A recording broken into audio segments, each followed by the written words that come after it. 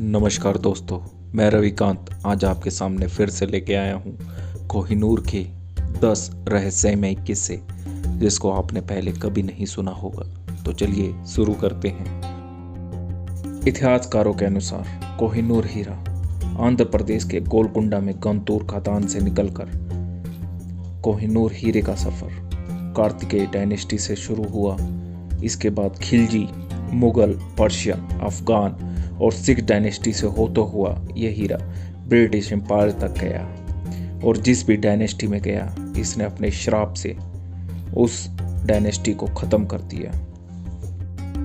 गोलकुंडा की खदान से निकलकर यह हीरा कार्तिकेय डायनेस्टी में गया और राजा प्रताप रुद्र प्रथम ने इसे वारंगल में रंपा मंदिर में भगवान शिव की आंख में इसे लगवाया।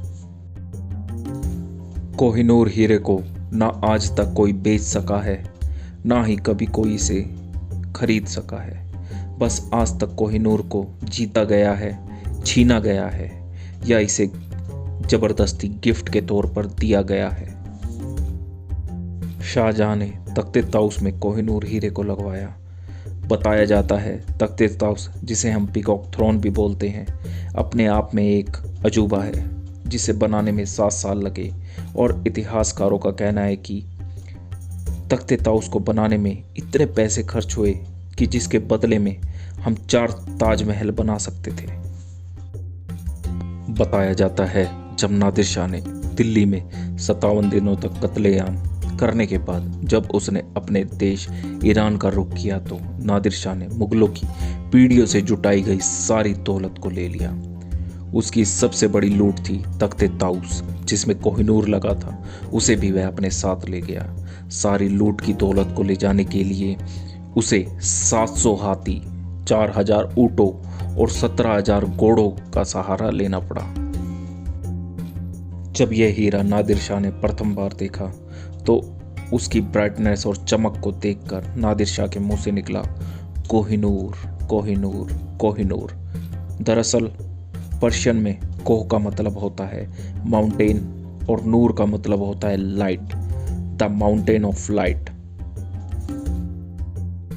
जब कोहिनूर हीरा ईरान और अफगानिस्तान से होता हुआ दोबारा भारत में आया और महाराजा रंजीत सिंह के पास आया तो महाराजा रंजीत सिंह जी कोहिनूर को अपने बाइसेप्स पे बांध कर घूमते थे, जो उस समय में उनके वर्चस्व और उनकी किंग ऑफ पंजाब की छवि को प्रदर्शित करता था। महाराजा रणजीत सिंह अपने अंतिम दिनों में कोहिनूर को उड़ीसा में जगन्नाथ मंदिर में लॉर्ड जगन्नाथ को समर्पित करना चाहते थे, लेकिन ऐसा हो ना सका। पंजाब पर युद्ध के बाद लॉर्ड डलहौजी ने कोहिनूर को महारानी विक्टोरिया के पास पहुंचाने के लिए पानी के जहाज से कोहिनूर को इंग्लैंड भेजा, लेकिन 1 हफ्ते बाद ही उसी शिप पर फ्लैग फैल गया और शिप पर काम कर रहे सारे कर्मचारी फ्लैग के शिकार हो गए और कई लोगों को अपनी जान तक गंवानी पड़ी। जब कोहिनूर इंग्लैंड आया तो महारानी विक्टोरिया ने कोहिनूर के डार्क साइड और क्रश को देखते हुए ये अनाउंसमेंट की कि कोहिनूर क्राउन को केवल फीमेल्स और इंग्लैंड की क्वीन ही पहन सकती है, कोई मेल प्रिंस या किंग क्राउन को कभी नहीं पहन सकता। अगर वीडियो इन्फॉर्मेटिव लगा हो तो प्लीज़ चैनल को सब्सक्राइब करें और कोहिनूर की पूरी मिस्ट्री स्टोरी सुनने के लिए नीचे दिए गए लिंक पर क्लिक करें।